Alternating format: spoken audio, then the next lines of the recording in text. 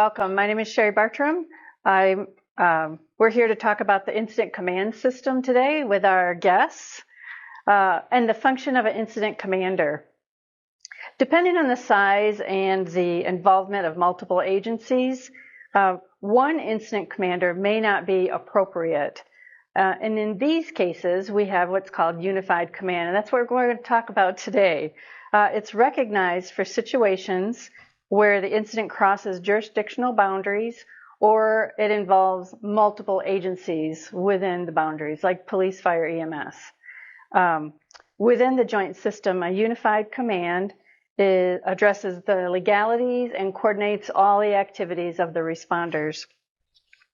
Unified command is used for decisions that are made for the safety of the public, the safety of the responders, and it gives equal input for all of the different disciplines that are on that scene. Today we're going to talk about this command system, and some of our guests here have experienced it firsthand. So with us today we have Sam Califf. I was lucky enough to meet Sam several years ago when I offered him a job. We were just laughing about that a little bit ago. He didn't take the job. However, he has gone on to do great things. He is the communications manager for the agency that he represents. And here we have Chief Craig Miller. I've also known Chief Miller for quite a while. He's representing fire. And then on this side of me, I have Mr. Jim Etzen. I don't even know how to talk to you about him. I met him years ago, and he runs the Oakland County Tactical Consortium. And so I would say he's here representing fire, but he really represents all of us. And then Jeff White, who I've also known for a long time. Jeff is the chief medic with his agency. He also has the dual role of public safety director. So today, gentlemen, welcome to Equiture. Thank you. Appreciate it. The incident command system has been used by fire services for as long as I've dispatched, but it was fairly new for law and EMS when I first started. And it wasn't, I want to say this delicately, it was not fully embraced by law and EMS when I first started in dispatch. So it's nice to see that it's moving along. I mean, that was a really long time ago. Mm-hmm. We discussed that we weren't going to talk about our age, but when I started in dispatch, law and EMS just didn't use incident command. Mm-hmm. So what we're going to do here is Sam is representing 911, so I'm going to talk with him first. And our goal here is to teach you, our audience, what each agency does, what they expect, and what they need, not only from each other, but from the 911 center. Sure. All right, Sam. So the calls for a large-scale incident are always going to start in the dispatch center. Yes. I mean, it's rare that you'll get a large-scale incident that doesn't hit 911 first. Mm-hmm. So when that call comes in, what is important for the dispatchers to understand when setting up an incident command system? And is there a difference when the scene calls for a unified commander as far as the dispatcher is concerned? Sure. Well, in regards to knowing kind of the entries into incident command system itself, first of all, the dispatcher has to have knowledge of it. And I do think that's one thing that some agencies have really been working on better in the last couple of years, is getting their dispatchers more involved into the incident command system. Typically what we've seen in the past is that the dispatch center is maybe kind of the afterthought of involving them in incident command. And it's nice to see that transition is starting to become a little bit more prominent in the forefront. So the first thing would be is making sure that your dispatchers are educated on what incident command is. The nice thing with ICS as well is that a lot of the programs and functionality can be learned basically for free from the FEMA websites that are out there. So Let's utilize that first. And then in regards to the dispatcher's role, knowing what resources you have in your community on duty that day and what their functions are, I believe are the start to make sure that you have a successful incident command system going forward. You have to know the functionality of the components that you have, both from police, fire, and EMS component, in order to make sure you're sending the right stuff to the location that are going to help that incident. And in regards to unified versus incident command, just to know that a unified command system, like you said, is going to be more for a larger scale incident where you're bringing in multiple facets, whether it's of knowledge base, public safety use, whatever it may be, that you're bringing in those multiple facets. They all have to work together to provide kind of that single voice back to the dispatch center and be that single voice for the incident itself. Okay, so have you ever experienced, any of you, the incident command system is in place and the commander is talking to dispatch, but then so are others. So instead of getting one ambulance and one pumper, whatever, you get 10.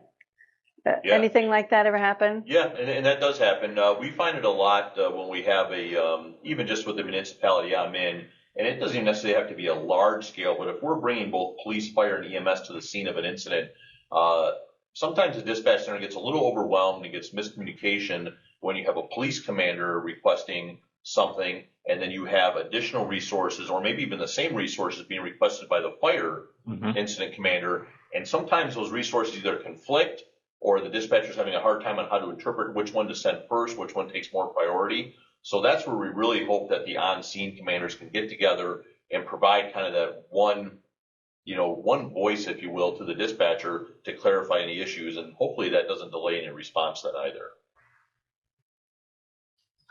Well, Sherry, one thing I'll add is that something we're continually striving to avoid is what's known as self-deployment, which results in overconvergence and indiscriminate parking. So the better our command system is, like Sam said, the better we can control the resources that we're inviting to the incident versus those that deploy or respond without invitation. And if and when that happens, it actually adds to the complexity of the incident and makes it challenging for those that are trying to solve that problem. Right. And all I would add is I really believe that we're doing a far better job than the comment I'm about to make. But in the world of EMS, I don't think it's that we didn't embrace incident command. I think it's that incident command didn't embrace us. And what I mean by that is you would arrive at scenes and you would arrive with EMS vehicles and you would try to integrate within the fire service, especially for agencies that operate as third services or not-for-profits or private entities, and they would try to make that integration, and it just wasn't always happening, frankly. And so you had this disconnect of the EMS people doing their work and the fire people doing their work, and sometimes those being in conflict, or sometimes dispatch centers probably getting mixed messages from two different disciplines. I think we're doing a better job of that today. I don't think we're quite there yet, but I think we've made strides as we've as we've worked with our fire service colleagues. I think communities have to do that almost on a case by case basis because they're all structured a little bit differently. But even at if there's such a thing as a basic house fire, even at a basic house fire, EMS has certain responsibilities, fire has certain responsibilities. The EMS individual needs to be oftentimes communicating with their people because the fire chief is communicating with his people, or the incident commander is communicating with his people from the scene. He's using up all his, if you want to call it, radio bandwidth. We're using up all of ours. You can't put everybody on the same radio talk group, but certainly you can have that fire incident commander and that EMS operations person standing shoulder to shoulder, so that then there is the one voice when things have to be relayed back to dispatch to do that. And I think that's something that we need to really work on focusing on and training on, because nothing goes worse on a fire scene than when when there is a victim, or heaven forbid when a firefighter goes down. And everything goes to chaos. Yep. And suddenly you realize that that EMS becomes a more important role of staff then, and you don't want to be trying to figure out how to get that individual, whether it's a victim or whether it's one of our public safety brothers to an ambulance. So Jeff, as someone who has been in EMS for a long time and has worked in unified command systems, if a dispatcher received a request from a fire department to send 2 additional ambulances, and then someone from EMS made the same request, what would you recommend that they say?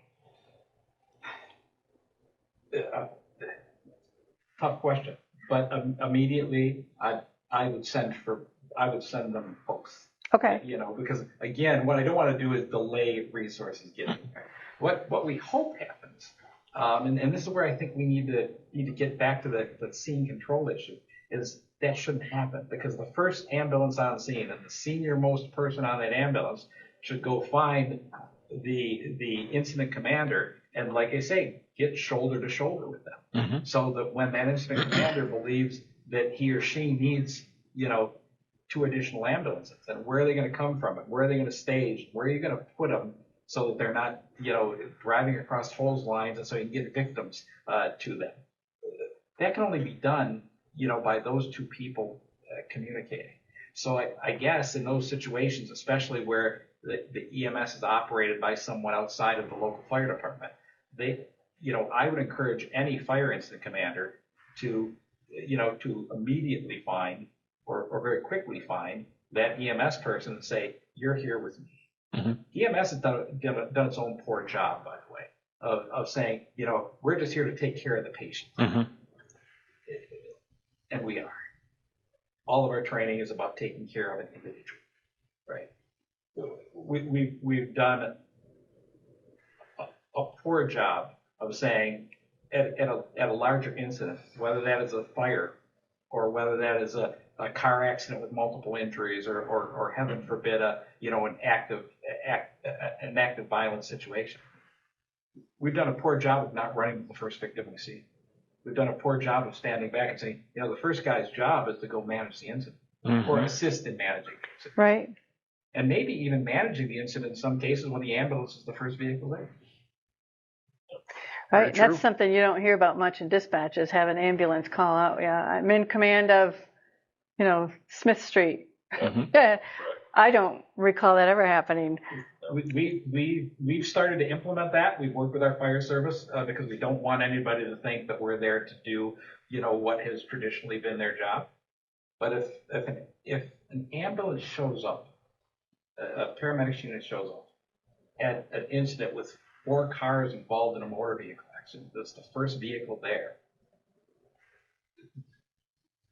don't they have an obligation to say, we've got a 4-person accident and we've got multiple injuries, and you should probably start me 3 more ambulances, and oh, by the way, let our fire service colleagues know that are on the way that we probably have 2 extrications here? Aren't they in fact establishing command? Yeah, exactly. They just avoided using the word, probably to avoid stepping on toes.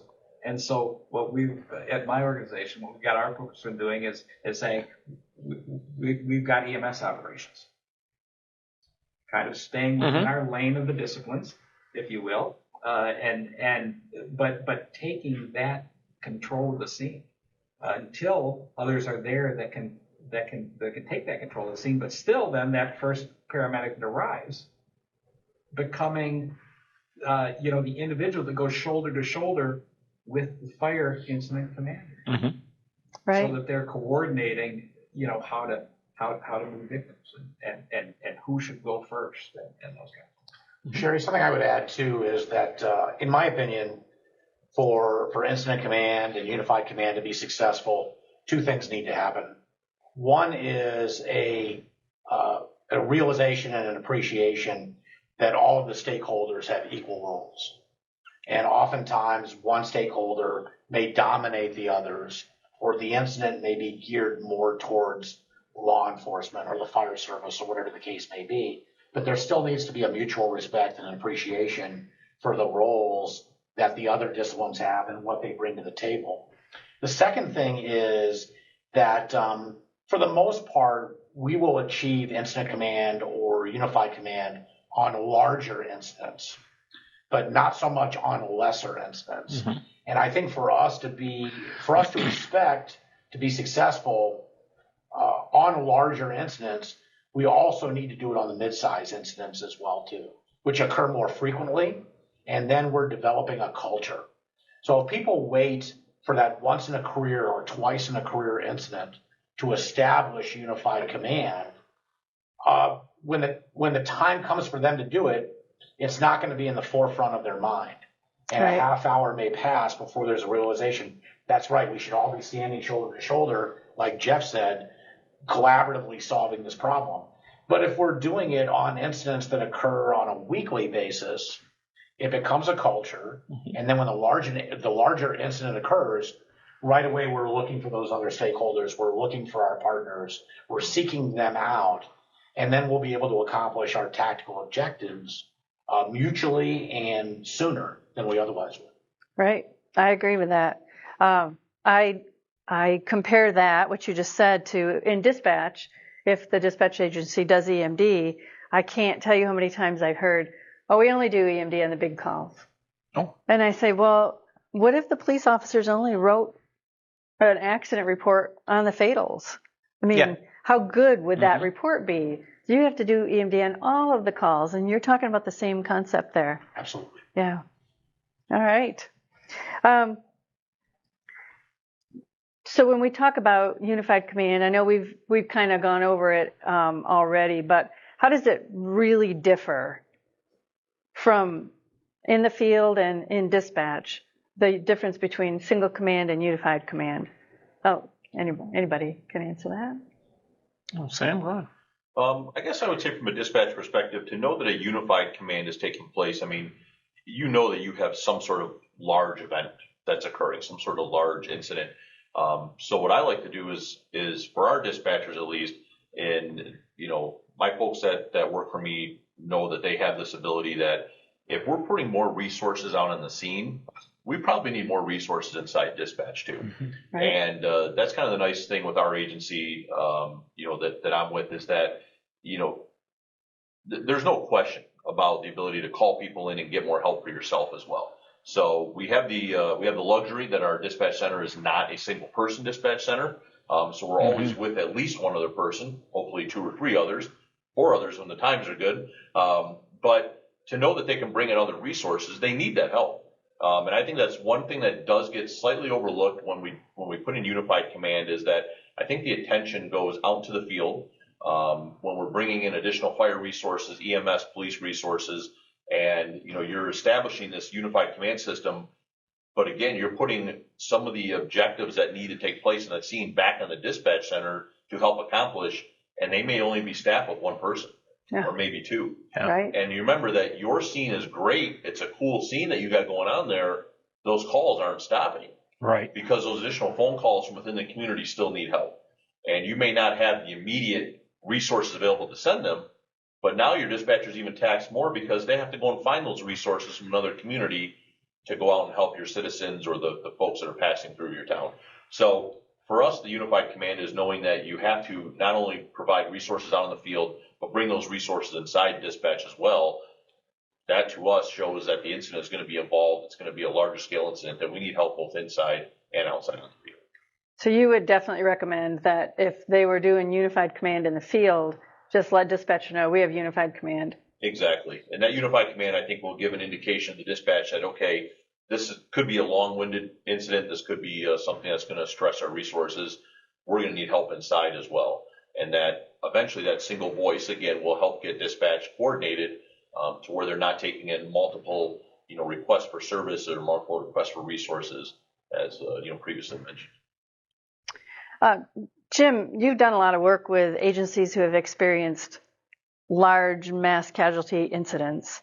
Have you ever heard that before, like that we need to let dispatch know we have a unified command, or because the phone calls are coming in regarding the incident, they should figure it out? What is your thoughts on that? Absolutely. And with all the debriefs that we've had over the years and the interviews that I personally conducted, 2 things that we emphasize is in active violence situations, we communicate to law enforcement. Obviously, their number one priority is to enter that environment as quickly as possible and stop the violence. Right. And they're going to be hyper focused on that initially. But we also emphasize that if and when they come upon victims, we want them to take just a moment to transmit that so everyone on the scene and everyone responding to the scene is aware that this is a real incident and not a swatting call, that we have actual casualties there, and then everyone on the scene and responding will crank things up a notch and shift into that appropriate mindset versus wondering whether this is a legitimate incident or a false call. We want that unified command to occur as soon as possible, and that to also be transmitted so dispatch knows who the primary source of information is. Who are they going to be communicating? And I think there's many examples of dispatchers positively impacting the outcomes of these incidents that we've all heard of over the years. But one that really stands out as much as any other was the tragedy at the Century 16 Theater in Aurora, Colorado in 2012. And anyone that has heard the primary dispatcher on that incident, I think would agree with me with just the absolute remarkable job that she did. And she was an absolute stakeholder and had just as much a hand in some of the successes that were achieved on that incident as any responder that was actually on the ground at the time. So I just want to emphasize that the dispatchers really play a key role on many of these incidents, and the way that commanders on the scene can help them is announcing that unified command so then they can focus on that person and really get that two-way communication going. One other thing I want to add also is that on many of these complex incidents, the emergency responders on scene will only hear 25% of whatever the commanders are transmitting to them.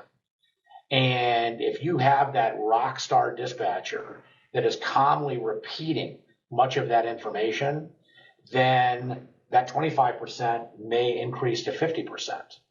But even then, it's important to note that many of the emergency responders on the scene, regardless of their discipline, are not hearing 50% of the information that's being transmitted. And that continues to pose a challenge. Yeah. Mm-hmm. Yeah. And that's high. That's a high percentage. Especially if those responders are engaged in some sort of a tactical activity at the time and their adrenaline is surging, and it's very hard for them to pick up on everything that's being said. Right. Craig and I talked about that earlier, how, and it's not just fire, it's everybody on scene they're focused. So I think it's important for everyone on scene to confirm receipt of a message, and for dispatchers in turn to confirm receipt of a message. So maybe someone doesn't hear it the first time, but they hear it the second time. Mm-hmm. Right. And it's even helpful, Sam, if the dispatcher is confirming that receipt, to maybe give the radio number of who just gave it to them, instead of just saying something like copy, or in some areas of our country, they'll just give the time. Mm-hmm. Well, what if that was for someone else? What if that was for another transmission? Yeah. So, all right. Craig, fire departments have been using, as I said, incident command for as long as I can remember. Mm-hmm. I know you've been an incident commander at several scenes throughout your career where incident command was used. Mm-hmm. When you think about the perfect incident using ICS, tell us how that looks. Well, the perfect incident using incident command, boy, that's a hard one. There's always room for improvement. I guess the one thing I can think about is there needs to be a certain amount, I guess, muscle memory when we talk about using incident command, especially for those who don't frequently use it. Now, the fire service, we're kind of blessed because how we disseminate work. We always work in teams. We always work in groups. And, even before we were using the terminology of incident management and incident command and everything, there was always a chief, there was always the crew, there was always an assignment, and we kind of followed that way. Law enforcement, EMS, they may be individual working. They may be a team of two working. And if they don't use it a lot, I kind of understand why it might be awkward or take a little conscious thought in moving into working with it. Even me, I had an incident that I can relate to. A couple of years ago, we had an act of violence take place in my community. And it was unfolding rapidly. And I'll tell you what, the dispatchers were rock stars because they're talking to a victim and they're finding out all of a sudden there's another victim, then another victim, then another victim. Then they're getting cell phone calls of other victims. And as we responded, we started with just a two-person crew and an ambulance from our provider down there. And they showed up, and then all of a sudden, oh, we've got a deceased. Oh, my God, we got an overdose. The next thing we've got is we have a child who's been struck in the head. And it just started to unroll. And then I'm listening to this, well, I'm going to start that way. And then on the way there, I'm like, I'm going to step it up. And then I'm ordering other units to come in because it just unfolded so fast. And when I got there, everybody had the blinders on. They were doing what we do every time. They were focused on doing patient care for that person and that person. And they sent me, they said, we got one more over there if you can check on them. They were spread out all over a neighborhood. I had to tell myself, I can't go. I have to stop. I've got to back up, and we've got to get organized. I'm going to have to assume command of this. And the police were doing their thing. They're sweeping the area to make sure that there's no more threat, no more hazard to us. It just unfolded so fast. So finally I said, okay, I'll get my arms around this. The first 5 minutes is always chaos, it seems. And then once we got that, then we got ordered. And we ordered in more resources. And as they arrived, I want you to go there, I want you to go there, I want you there. And that could be that first medic on scene. That could be that first police officer on scene. There's always a decision maker every time. And if we can kind of follow those rules, it's hard when you do an online computer program or maybe sit through a ICS 300 class and you learn about the flooding and this and that and everything. But taking those tools and using them at that microscopic level, it works for the big events, but the smaller ones, it's equally as important too. And I think we wherever people will listen, and when I get a chance to talk to my organization or other groups, I've been really pushing the concept of, first truck in, last truck off. That first truck's job, and I don't care whether it's an alpha unit or it's a squad from the fire department or whatever it is, should really be the scene manager until somebody relieves them, and then they still remain in a management role of controlling that incident. And we just have not, like I say, the fire service has done a very good job of that. I will tell you that the other disciplines have not. And so when we train at my agency or when I train with neighboring agencies, and that both pre and post briefing before a big training, we talk about the first truck in and last truck up, being the last truck up. Mm-hmm. We don't want their focus to be so much on that individual patient. We want it to control it because you're going to save more lives if you're controlling the incident. Absolutely. And I would add, too, that law enforcement is very self-deprecating when it comes to their utilization of incident command. They do incident command, but they don't realize that they're doing it. Right. Because in fire and EMS, it's very structured.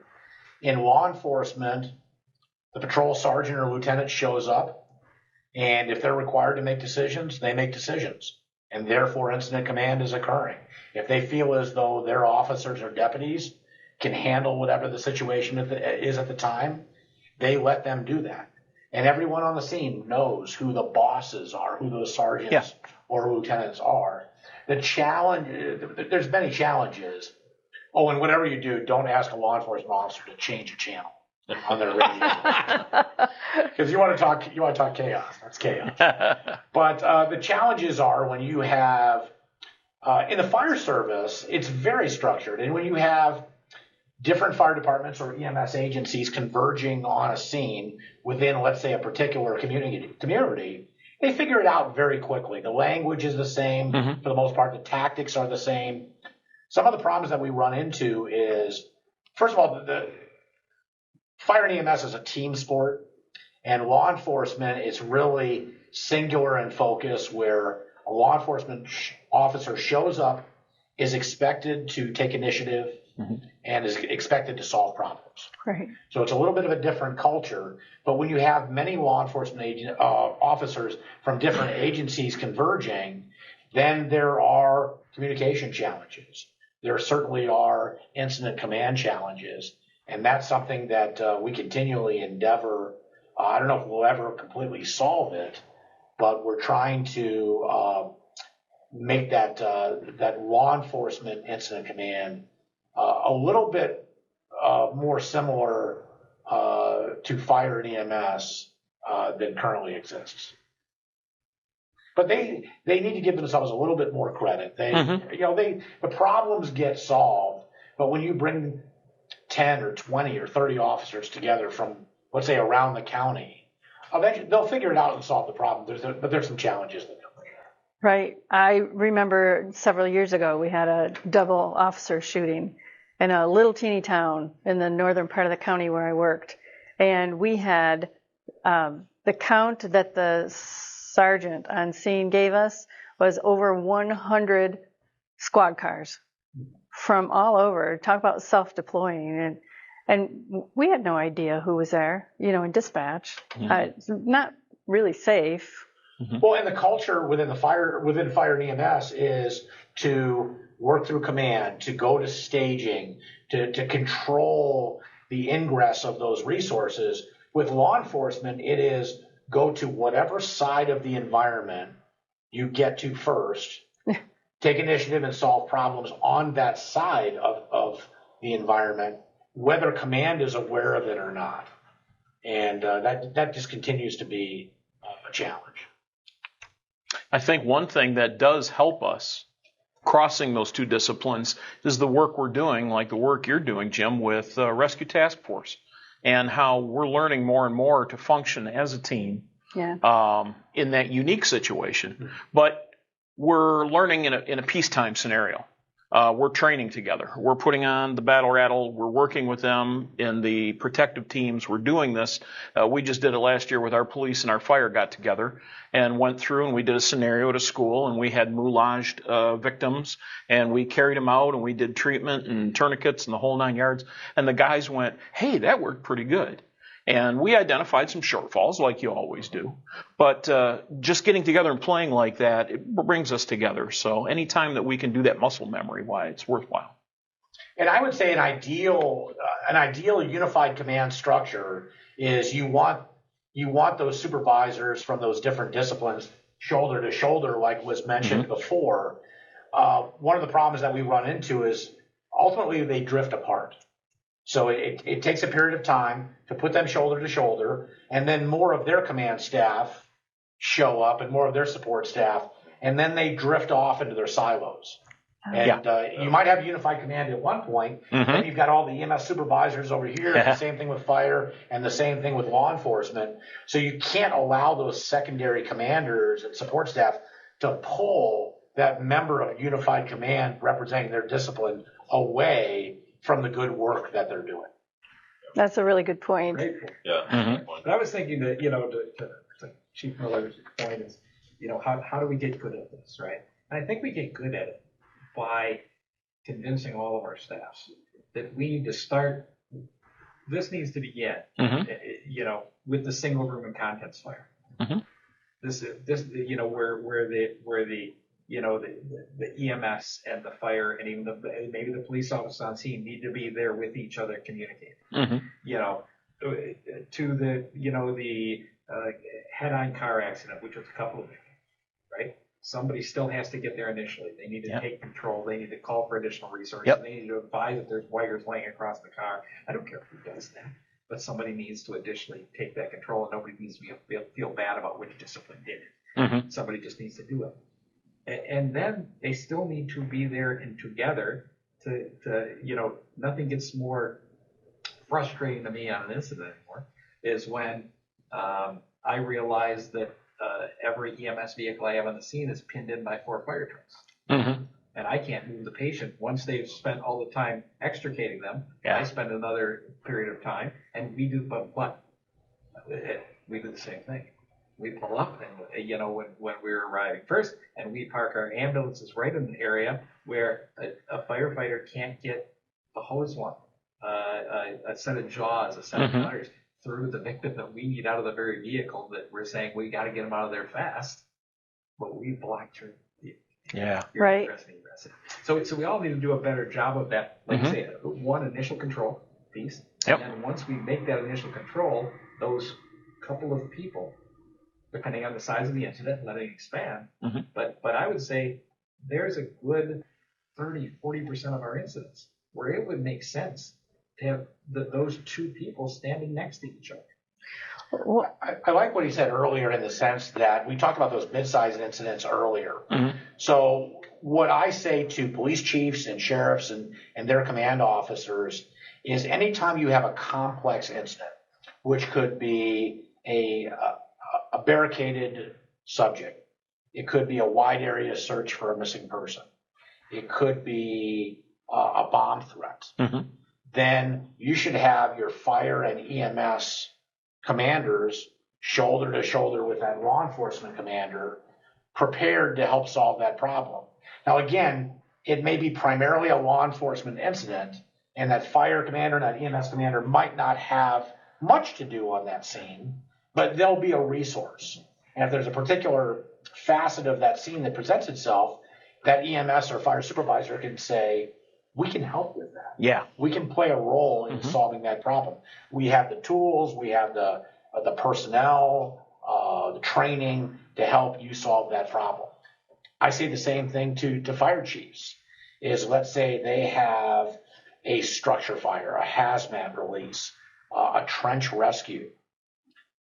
Their counterparts from the different disciplines, like EMS and law enforcement, should be shoulder to shoulder with them as a resource ready to solve problems. And those are the incidents that are occurring on a daily or a weekly basis within our communities. So those are opportunities for reps. Those are opportunities to practice and to develop that culture that we talked about earlier. But again, if we're waiting for the big one, the Super Bowl, and we only do it then, it's not going to happen anywhere near as quickly as we would like it to be. I was nearby a cardiac arrest recently. It's as simple a run as that, right? And a cardiac arrest is a terrible emergency for the family, the patient, and everybody involved. But it's a fairly another day at the office for most of our organizations. Right up until I realized that as I have to be nearby the scene, went as I always would to provide whatever support I could at that point. And as the scene was winding down, and realized that both I, the police chief who happened to be nearby, and the fire officer all called dispatch to ask for the medical dispatch, the medical examination. And when I walked out of that room, I said, why did we just do that? Yeah. And I grabbed my colleagues and I said, why did we just do it? And they kind of all looked at me and said, well, thought it needed to be done. Agreed. Yeah. But here we were in a living room, shoulder to shoulder, and we didn't even communicate enough, completely unintentionally, because these are 2 departments we work phenomenally with, the organization. But we didn't even communicate enough in that living room to say, who's going to call the medical examiner? We all just picked up our radio and did. And those are, like I said before we started picking, I've learned more from my mistakes ever than I have from my successes. And that was a day, even after all my years in the business, that I learned from mistake. Now, did it hurt anything? No, except for the poor single person dispatch we have in our little town that had to hear from all 3 of us. Had to be getting awfully frustrated by the time the third one of us called for the medical exam. Yeah. That's what I was thinking. I've, been on that receiving end. I'm sure Sam has too. And there's probably words we would say, but we won't say them here. Mutter under your breath. We might mutter under our breath after we unkeyed the mic. Yep. Yeah, certainly. Well, Sherry, let me add this, that we're learning from our experiences and we're learning from the experiences of our peers. And one thing that we're starting to see around the country now is agencies being more proactive. Mhm. And an example might be every community has special events, whether they be small or large, pre-planned special events. And it's not unusual to have a brick and mortar command center that has the bosses or the supervisors from the different disciplines represented. And if your community is not doing that, we would strongly encourage you to do that. Mm-hmm. But now more and more communities and agencies are actually taking those commanders, those supervisors, putting them in vehicles, whether it be a golf cart, an ATV, a patrol vehicle, a fire department command vehicle, and having them remain together during the duration of that incident in a proactive manner. So if and when something significant happens, they roll up and you have instantaneous unified command. Yep. Oh, that's a good idea. And what the chief said earlier was absolutely accurate as far as generally the first 5, 10, 15 minutes are going to be chaotic, but being proactive like that can cut down on that chaos and make those emergency responders, for lack of a better description, combat effective earlier than they otherwise would be. It's a neat idea. That is a neat idea. Jeff, what are some key principles and tactics that you personally have used in a unified command system? And other than the one you just told us, what kind of things can you think of that would make it better for the responders and for the dispatcher who's getting those requests? I think we've touched on a lot. So I think that getting it established by somebody, and if it becomes necessary, forcing yourself on the incident commander. Oh. And what I mean by that is making them know that you're there, making them know that you're listening, making them know that you're hearing, and even if they don't call it unified command, it being unified command because you don't leave their side. And so when you hear them ask for something, you know what it is they're looking for, and you can help them to make that request. Or once in a while, you can bump their shoulder, if you will, and say, would you like me to take care of that for you? Yeah. And I think from our world, that's really helped me. It's helped my organization. It's helped my young leaders that see me do that, realize that they can go have those conversations without being thrown under the bus. They can go make certain they are not in the way, but they are there making those decisions. Where on a fire scene, where you set up rehab. Right? Yeah. That's a big thing. Well, go set up rehab. Whether it's like, well, we suggest we do it by the airbox. Well, why? Because no firefighter in his right mind will go to rehab, but they all go get a new airbox. You know, and those are the kind of conversations you can have, but you can only have those when you're shoulder to shoulder. So sometimes, whether you're gonna announce that we have unified command or not, ensuring that you have it. We run a lot of scenes in our areas with unified command, but we don't always announce the fact that we have unified command. That's a good point. Sherry, I would also stress that it doesn't have to be the chief executive of that particular public safety agency to take incident command. Right. If you have a frontline supervisor, whether it be a battalion chief, a patrol sergeant or lieutenant, an EMS supervisor that has the capacity to manage that incident, who better? They know their people. They know their people's capabilities. They're oftentimes more tactically minded than the public safety executive who hasn't been on the road in a long time. And maybe that public safety executive serves that incident best as the angel on the shoulder of that incident commander to provide maybe some consultation or direction when needed, or to deflect distractions to allow their frontline supervisor to focus on the problem at hand. And it's just important for those fire chiefs and police chiefs and EMS executives and sheriffs to know if they've got good people let their good people do what they do, and maybe just be prepared to bail them out or throw them a rope if things get a little deep. Sure. Right. The other thing is, I think that any of us, even on a small, a medium size, or small to medium sizes, realizes that you can't do it all in the same talk group. Yeah. And you can't all carry 3 radios. And so my point is, when you create that environment where you do operate with your discipline shoulder to shoulder, even within departments where the fire and the EMS and in some cases the police are within the same department. But if you're fighting a fire and you have victims,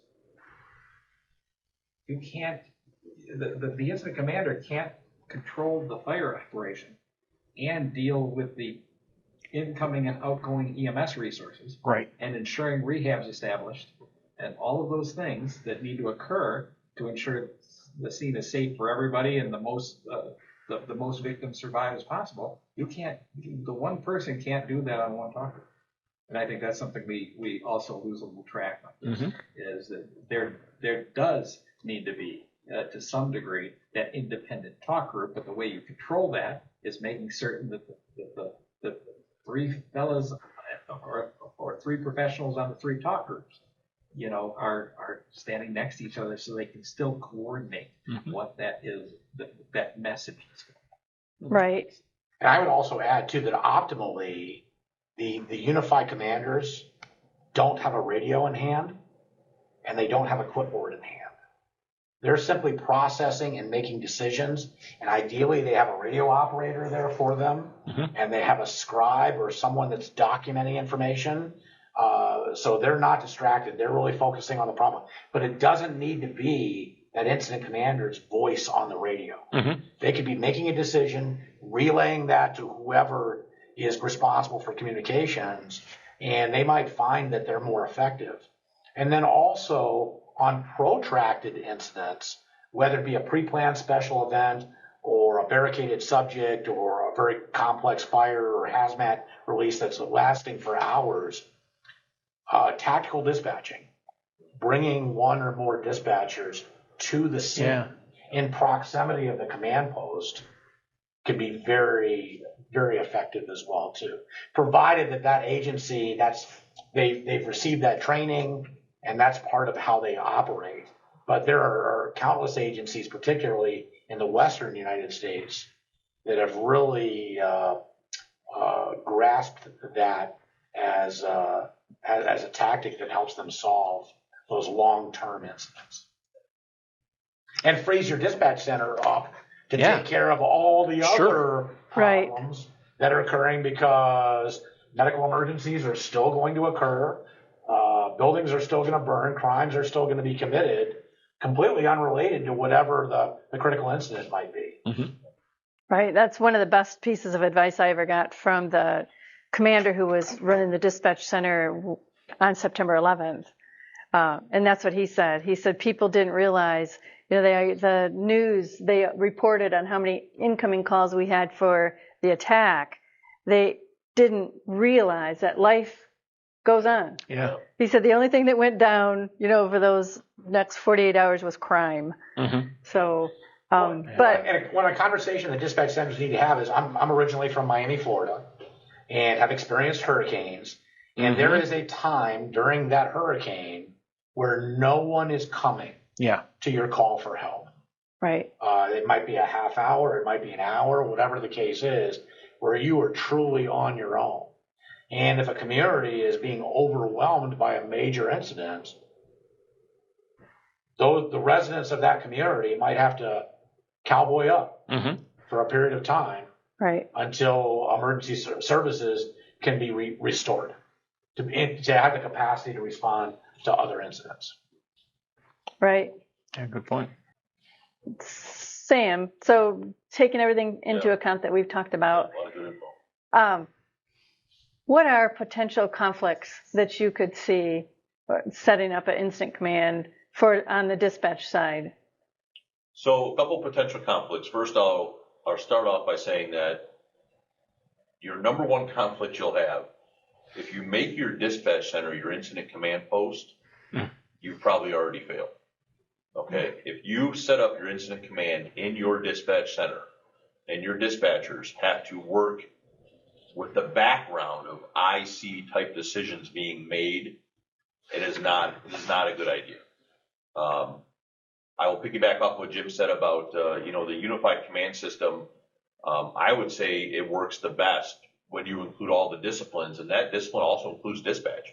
So if you don't have that dispatch representation in the unified command system, maybe at that mobile command post or at that brick and mortar, wherever your establishment is, that has a potential for failure because you're not including that other discipline, which is the 911 side of it, the dispatch side of it. So obviously a little bit more unique if you run a single dispatch center or a two-person dispatch center, but if you've already requested assistance from other departments, why aren't we requesting additional dispatchers? Why aren't those dispatchers being brought in on mutual aid also? And I do think that's one thing that gets overlooked. We have box cards, we have mutual aid plans, we have, backup assistance for law enforcement, fire, and EMS. But what do you do when your dispatch center gets overran? Who's coming to help your dispatchers? And so one thing that, we've worked on with OTAC and some of the committees that I've worked with Jim on over the years is that you really got to include that dispatch center as part because crime is not stopping. Those calls for fire and EMS are not stopping. So if you want to submit that dispatcher to work with just that incident, that's great, but you need someone else to help answer those phone calls or have a backup resource or it's going to fail. So the dispatch center is not an incident command post. If you're bringing your fire chiefs and your police chiefs and your sheriffs into the dispatch center because that's where the hub of the information's coming in and that's how you get information the quickest, then it's not working right for you already. The second thing I would indicate too is the director had mentioned this about, you sometimes have to nudge your way into unified command. I would say a good, confident dispatch center can help establish that relationship. There's nothing wrong with the dispatcher getting on the radio to the police officer in charge or the fire officer in charge saying, Chief 201, could you please get with the police command and team up for some information? Nudge them that way. Now I'm not saying the rookie out of the training program is going to want to do that, but if you have a competent dispatch center that allows for that type of, transmission to take place, then let it happen because that fire commander, they could be close to the scene working the incident command and your police commander could be out on traffic patrol perimeter. They could be a half mile, quarter mile away from the incident. So to entice them to get together to make your job easier is great. And if I can put that out there and, introduce them on their date, then great. And then they can pair up and have that relationship. And that makes my job easier if they can become a single voice. So those two things I would say are probably, the biggest that I would take from that and how to improve that and how to make it look better. And the tactical dispatching is something new. We're starting it. We're looking at it. There's tactical dispatching courses that you can take. But we have been, at least in the community that I'm in, we've been pretty proactive of getting dispatch involved. I think Jim will probably attest to that. I sit with an OTAC as well as kind of the dispatch communications liaison as well. And it's just one of those things where we try to be on the forefront and try to push that forward as much as possible. It gets bought into a little bit easier sometimes on the fire EMS side, but the police side is coming around to it and they're starting to see the importance of it. I think when you look at incident command in general, and then you look at some of the, reports that come out from either NIOSH or firefighter close calls or LODD deaths that have occurred, and you look at those incidents and you look at the history on those incidents and, kind of the summary of them afterwards, the after actions, if you will, I challenge you to find one that doesn't have communications. Yep, that's in true. The top 2 or 3 Very true. in the list. Yeah. And how many times are we seeing it? What are we doing to improve it? And that could be using multiple radio channels instead of one, because cross traffic and getting stepped on is a huge issue in the fire service.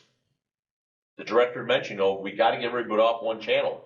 That's great. Completely agree. how many channels, though, can a dispatcher listen to, right? So Right. if you're expecting dispatch to monitor those other, groups and divisions that are out there that are taking place, the search and rescue, the ventilation, the fire attack, et cetera, can your dispatcher handle all that plus the 911 call that's still ringing? That's right. So there is that way that we have to look at. And, just remember to involve dispatch in that unified command system, because if you don't, it's going to fail for somebody. Maybe not for your scene, but it could fail for that resident that's calling 911 for the cardiac arrest, or it could fail for that police officer that, has got involved in an accident on the way to help out or something. So. Yeah, I'm glad you brought that up about how many channels can one dispatcher monitor. I mean, you can multitask to a certain point, but right. It's, where is that limit? Well, I think the idea behind the multi-channel is absolutely not for that to go through the dispatch. And to my point, if your organization the single, like that, right, the single channel is between the incident commander, depending on the size of the incident, right. or the person doing communication, as Jim pointed out, that's for that person. Sure. The multi-channel is so when I'm trying to stage an ambulance and when the police are trying to deal with a traffic issue, and the fire commander is trying to deal with his issue and communicate with dispatch. That's all going on in a face-to-face kind of event. As opposed to that all of us talking to you. Right? We're telling him, you want 3 more ambulances, I need a way to bring them in. Tell me where you want them to come from. The police agency saying, where can we close this road for you that's going to make sense so you can get your vehicles here? No, we don't need to communicate that to you directly. We can communicate that to you as needed through the incident command. Absolutely. Sherry, a couple tips that I have is, number one, for those incident commanders, breathe. Oh, yeah. Use punctuation. Slow yourself down. Maybe you literally have to do some box breathing or combat breathing for a minute or so to gain control of yourself and be able to transmit effectively. A tip I have for the dispatchers is provide 15-minute benchmarks. Every 15 minutes, just touch base with command and say, we're at the 15-minute mark, we're at the 30-minute mark, we're at the 60-minute mark.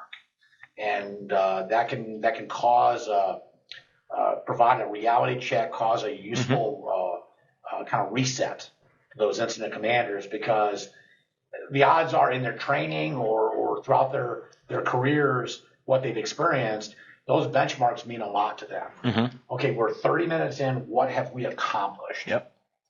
And maybe they haven't accomplished as much as they would have liked, or it could actually be reassuring, saying, wow, we're only 30 minutes into it. It feels like 2 hours, and we've actually gotten a lot done. Yeah, that's a good point. Because when you're running a scene, whether you're on the scene or under the headset, the perception of time is so different. And those benchmarks, to incorporate them into law enforcement would be new, but really for a lot of agencies out there, they're probably already doing it for fire and EMS. A lot of departments already provide some sort of count marker to the incident commander for PAR accountability at fire scenes, for personnel accountability reports, and they're already giving those. The only difference is it's common in fire and EMS, not so common on the law enforcement side. So, I'm glad you brought that up, Sam, because accountability is a major issue with law enforcement. It's a culture in fire and EMS. We don't cross the street unless we're paying attention to who's there and where they are. And you told them twice. Right. But in law enforcement, really the key is delegation. So let's just say you're striving for a span of control of for every 6 subordinates, you've got a boss that is responsible for that accountability, or whatever that span of control is. And again, creating a culture where maybe dispatch is driving those accountability checks, or it could be, I'm a patrol sergeant, I've got 6 officers or deputies that are working for me, and hey, about every 15 or 20 minutes, I might want to touch base with them, whether it be face-to-face or over the radio, just to make sure that, my team is intact, and they're still on mission at the time. Okay. Sherry, one interesting thing as we go around here and I'm thinking about it, we had an opportunity again to do that integrated unified command drill as part of an RTF drill. And afterwards we did our hot wash, and one of our dispatchers came, and we brought them in wholehearted and said, you know, what was your angle with it as everything? And very interesting that she shared with us is the fact that she was really taken back by the fact that her whole dynamic in dispatch changed dramatically. They were used to the Monday through Friday, day-to-day, direct contact with those officers, tracking her officers, knowing what's going on out there, who's on the traffic stop, who's going to this call, who's on break, everything that's going on. Now, all of a sudden, that went away. And when the command system was built, all those officers were reporting to someone else on the scene. And now, she's not hearing everything going on. She's not seeing what's going on. She's not understanding what's happening, everything. She was really taken back by that. And it is something I had never thought of, but it's true. And we talked to them about that afterwards and said, this is why, you know, we're basically in a major event like that, we're going to pull a lot of that away from you. And when that police commander, the unified command gets out there and they start calling the shots that normally you would be doing, now your role is going to transition from coordinating to feeding information and getting information that are being called into the 911 center and everything like that, and filling requests from that individual and that sort of thing. So that kind of took me by surprise. But it at the same time, it made a lot of sense to me too, understanding what she was looking at. Right. Well, here's an interesting question too. When we talk about these complex incidents and the volume of phone calls that are going to come into the dispatch center, there are some unconventional things that can be done. First of all, is there a mechanism in place to provide mutual aid to your communication center from neighboring communication centers? Could you literally have a couple of call takers or a couple of dispatchers drive over to help with that?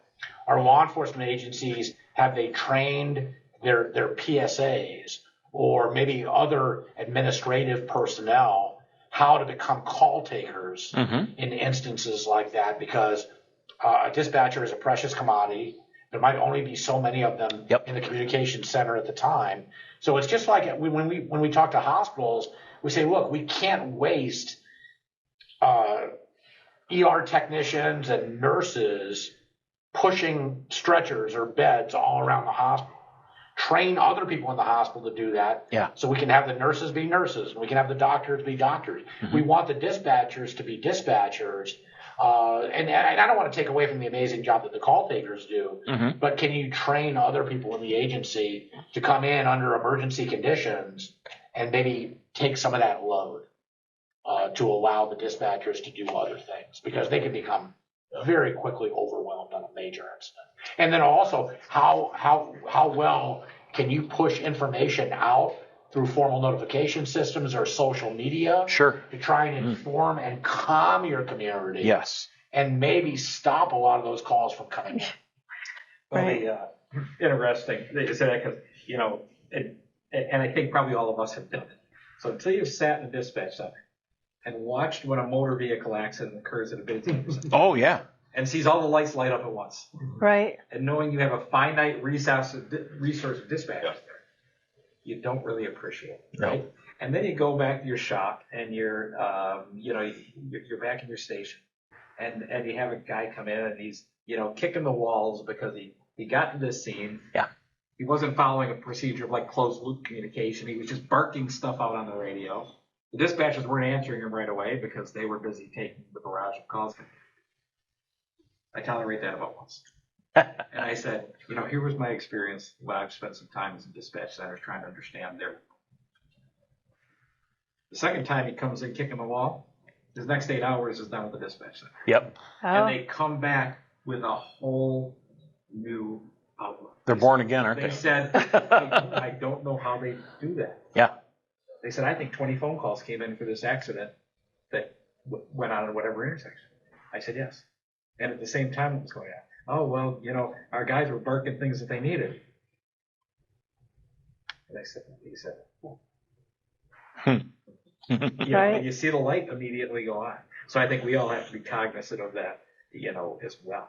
when we're doing this. Yeah. Well, and stand by too, because streaming of body cams into communication centers is coming. Right. As is video 911. Right. I mean, Yeah. every communication center is going to turn into a real-time crime center. And when you think about that, I mean, that's really unique in the sense of what the chief had mentioned. Like, their dispatcher almost felt kind of withdrawn from the incident because all that was gone from them, right? They weren't involved intimately in the radio anymore. But, take, for instance, that the dispatch world for as long as we know it has never had the sense of sight. Right. You always had to rely on hearing and, verbalization. But now you're going to start introducing sight, and that's a whole different ballgame.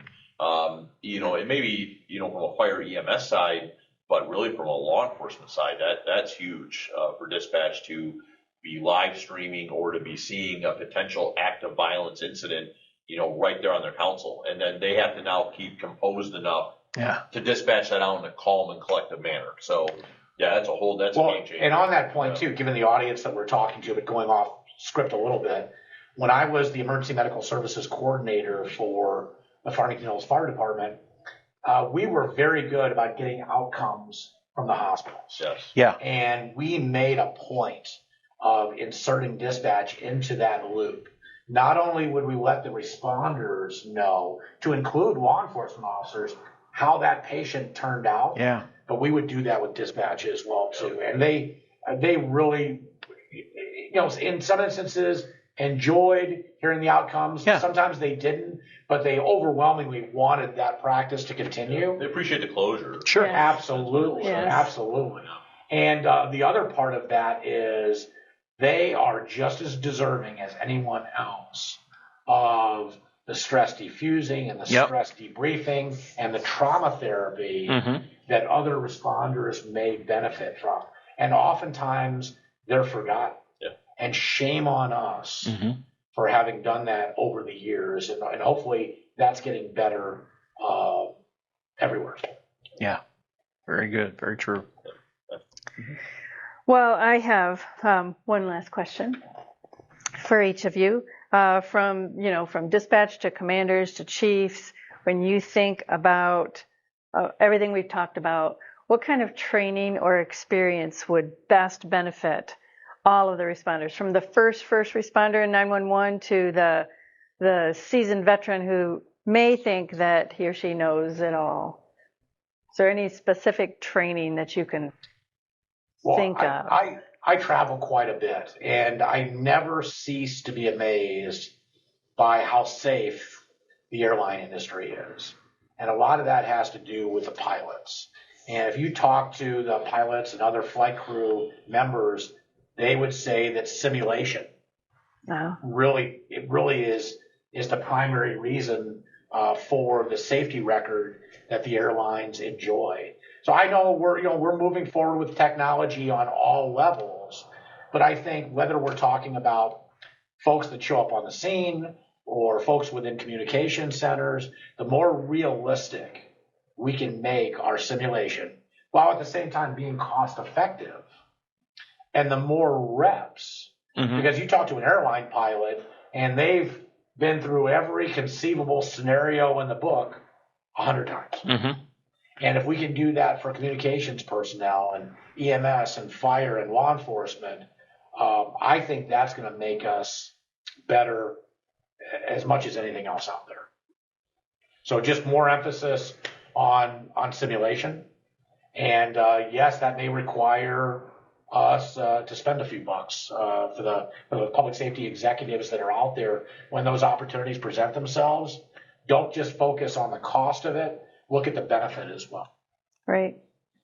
The other thing I would add, I hadn't even thought about the simulation piece. So you always learn something whenever you're in a group when you're supposed to be the quasi-expert, right? But I think involving all the disciplines with your training, we tend to, and some of it's a cost issue for our departments. We all have budgets to live within, whether you're in the public sector or the private sector. You have a finite amount of money to spend. But to make certain that more than just once a year because it's some county mandate, more than just once a year because it's some great conference, more than just once a year making certain that everyone from our executives to our probationary employees have opportunity to sit in a room just like this, just with a police officer, with a firefighter, with a paramedic. They don't have to be big groups, and with a dispatcher. Because I will tell you what, I learned a tremendous amount sitting here today. I learned things I will take back to my own department. In all my years of knowing dispatch bosses, and I've known a lot of them, and some really great ones, by the way. But I learned a tremendous amount talking to Sam, because he was telling us what dispatchers are going through. I don't think I've ever had a dispatcher tell me that before. Been doing this over 30 years. Don't think I've ever sat across from my dispatcher and told me what they go through. Now, I've learned some by going in there and watching myself, but I've never heard it. I think one thing that can make us stronger, and a great example I have, that something we initiated in my department, this time of year, spring and summer, storms come through. We get the barrage of calls, storm-related, trees down, wires down, all those things. And dispatch, again, the phones light up and everything. And one thing we did is we went back and looked at ourselves at the fire service and how can we better deploy during that. So we came up with a system. Basically, my shift commander becomes a pseudo area commander, and he will take the calls from dispatch, and he will be the dispatcher. They do the handoff to him once they receive the call and take it in. Then he will classify what the call is, and he will send the trucks out by radio on a different frequency, taking the load off dispatch. And so we went to our dispatchers and said, hey, here's the policy. Here's how we want to run it.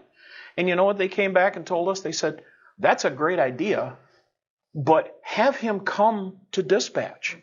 Instead of us calling him on the radio or talking on the phone, we got a chair, we got a computer. If he's right here face to face, it'll be that much smoother. And I'm like, great idea. So we're implementing that. And when our dispatchers move into their new communication center, we're going to solidify that policy. So go to those folks, because it's interesting.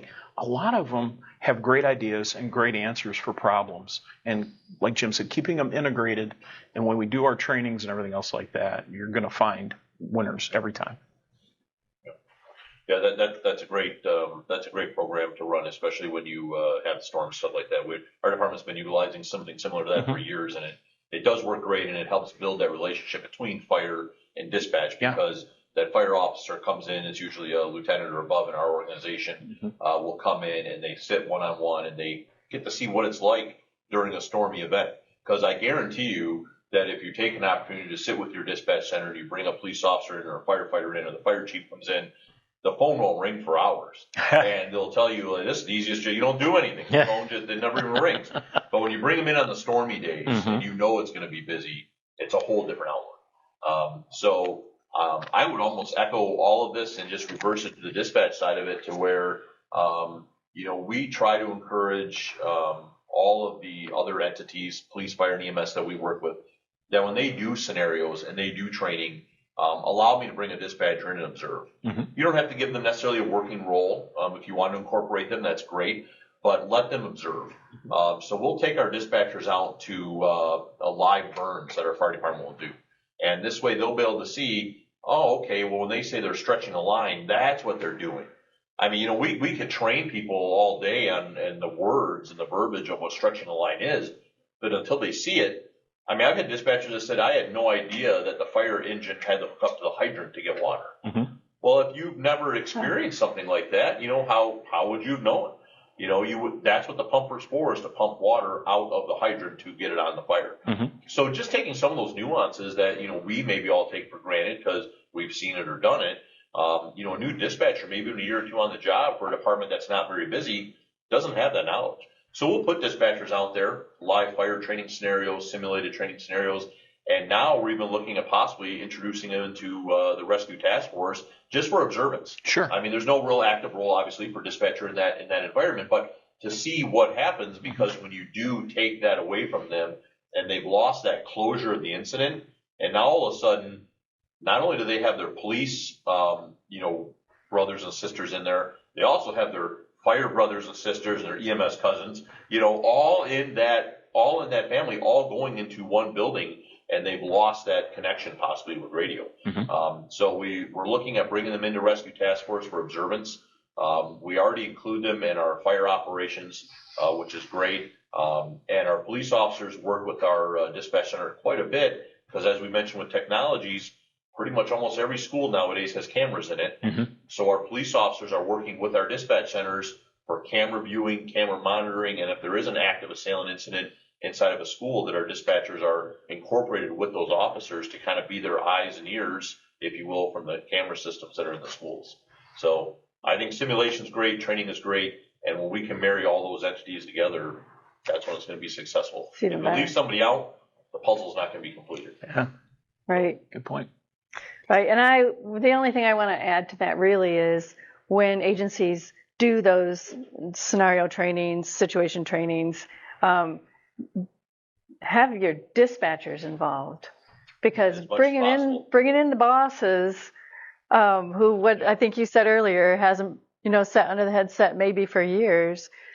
The dispatchers are there. They are your lifeblood for the agency. They need to be included in that. So definitely. And I have one funny story I'm going to close with. You've talked a lot about bad storms. One of the dispatch centers I worked at, we had a fire chiefs meeting in the backup EOC, which wasn't in dispatch, but it was down the hall. And the storm was coming through the western part of our county. It was a bad storm. It was. So one of the fire chiefs thinks, I'm going to get up and help. He walks into dispatch, and he just stood there, and it was crazy, like it is. And when it was all done, he announced at that fire chiefs meeting, he says, there are two places I never want to be ever in a storm. One is in the middle of a field, and the other is in dispatch. Yep, very true. So that was great. Well, I appreciate you all being here today.